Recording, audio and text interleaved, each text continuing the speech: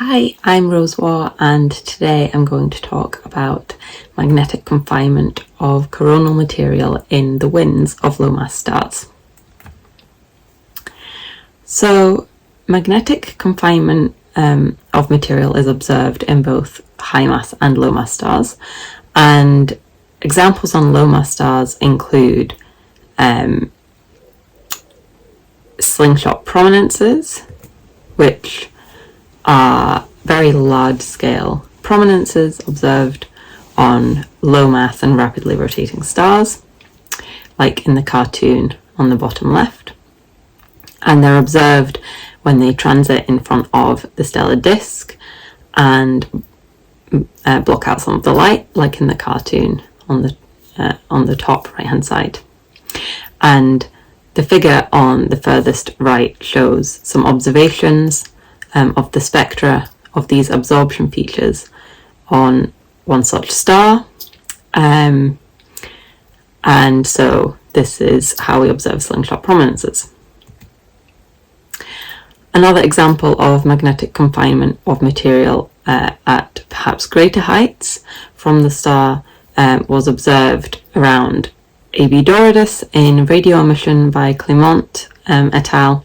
In 2020, and this is another example of magnetic confinement of material. So in this talk, I'm presenting some work of a model that we generated for populating a model corona with cooled field lines, and these field lines are in equilibrium with the background corona. So we model these field lines, first of all, by calculating the shapes of them, which is found by solving the conservation of momentum equation for a fluid, so making sure that all of the forces acting on the loop are balanced. And we prescribe a background coronal magnetic field, so a couple of these have been shown in the cartoon on the right hand side. So an example is an equatorial dipole shown in A, or an aligned dipole shown in B. And when you solve this equation, you find a second order ODE that can be solved perpendicular and parallel to the field line. And if you solve it perpendicular to the field line, this will give you the shape of the cooled field line. And if you solve it parallel to the magnetic field, then this gives you an expression for the gas pressure distribution along this cooled field line. So I've left on screen the two magnetic orientations that I was talking about, and in the middle is a plot from a recently published paper that we've recently had out in MinRes, showing how the gas pressure around these stars varies or depends on the latitude in which you look. So in A, this shows you the pressure variation in the corona for the equatorial plane of the star, and in B it shows the gas pressure variation with latitude. So in the equatorial plane, we can see that the gas pressure is fixed with radius. If you stay at a certain radius from the star, then the gas pressure does not change. It only varies in height, distance above the stellar surface. Whereas in meridional planes, the gas pressure is no longer constant with a fixed radius. So if you are in the equatorial plane at some radius, the gas pressure is different there to being at the same radius but a higher latitude. And the equatorial plane always shows the fastest change in gas pressure. So in the furthest left, I've shown a plot from previous work by Jardine et al. Showing how the gas pressure changes with height for the equatorial plane. So the different lines just show different temperatures of the corona, but ultimately the gas pressure decreases with height above the surface until you reach the co-rotation radius, where all of the where the centrifugal and gravitational forces balance. So the effect of gravity is zero. That's when you reach the pressure minimum, and then the pressure increases beyond co-rotation. And this this drop off and increase is much faster in the equatorial plane than at other latitudes. So if you solve these equations, you find that there are two types of loop. So there are low-lying loops, and there are very tall slingshot loops. So A in this figure shows the low-lying loop, and the tall ones are shown in B, or an example of them. And there's quite a difference between the two loops. So the low-lying loops are very heavy at their foot points, but quite empty at their summits. And the tall slingshot loops show very dense summits. They contain a lot of material in their summits and not very much anywhere else. So they're summit heavy. And we've also calculated some masses of these loops, some estimates, and they're, as you might expect, considerably smaller for the low-lying loops, by about an order of magnitude, but some of them are relatively similar in mass to each other. The very tall slingshot loops, we found masses of around 1 to about 3 times 10 to the 17 grams for these cooled loops, and this is comparable to the observations for AB Doradus, in which these slingshot prominences have been quite extensively observed and investigated. So once you have these loops, you can generate some synthetic observational spectra, like the ones I showed at the beginning of the talk.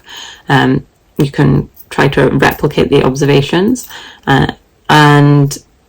so here is an example. If you have a dipole in the equatorial plane and you populate your corona with a few of these loops selected at random from all of the solutions you could have, then you find a H-alpha trail that looks quite realistic.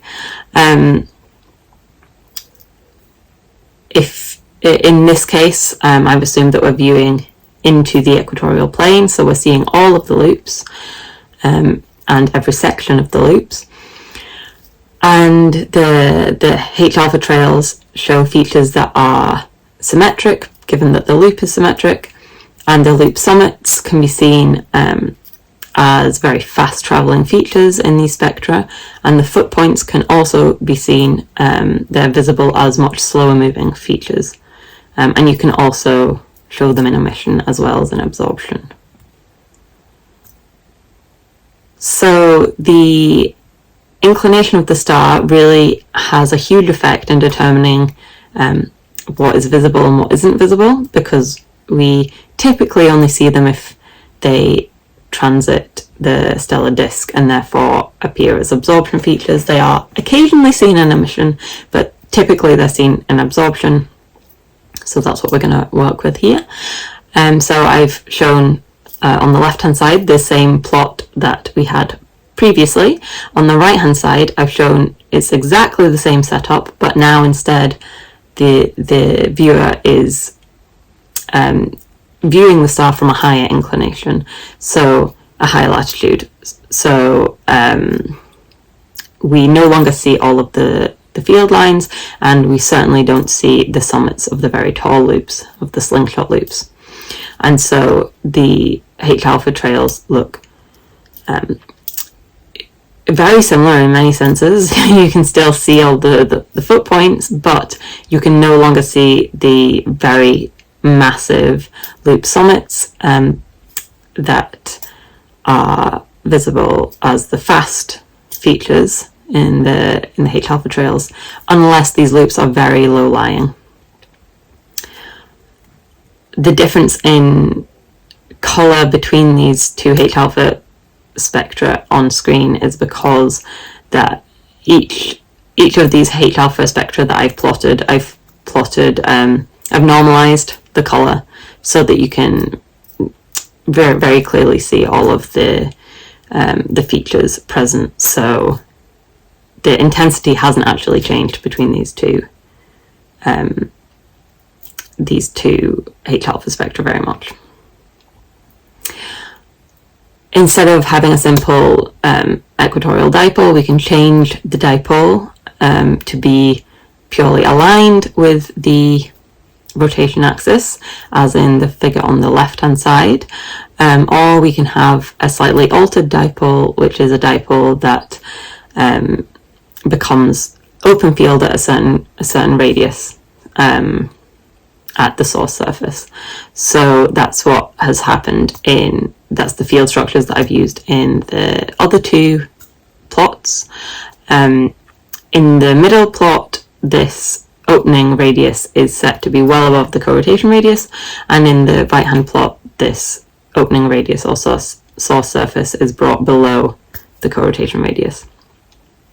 And once again, I've fixed the inclination at 60 degrees, so the viewer is seeing into a higher latitude of the star than rather than seeing into the equatorial plane.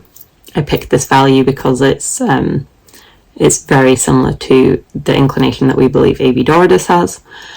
And now in this case, in the H-alpha spectra, only one leg is visible. So if you look at the magnetic field lines shown in the top parts of the plot, the purple sections are the sections that transit in front of the disk and therefore visible as the absorption features. And the blue bits would never be visible as absorption features. So ultimately, the three H-alpha spectra here show very similar behavior to each other. So various field structures produce similar behavior that is consistent with the observations. So that's a whistle-stop tour of the paper. So you can read the paper in full here using the QR code or using the DOI link that I've also put on screen.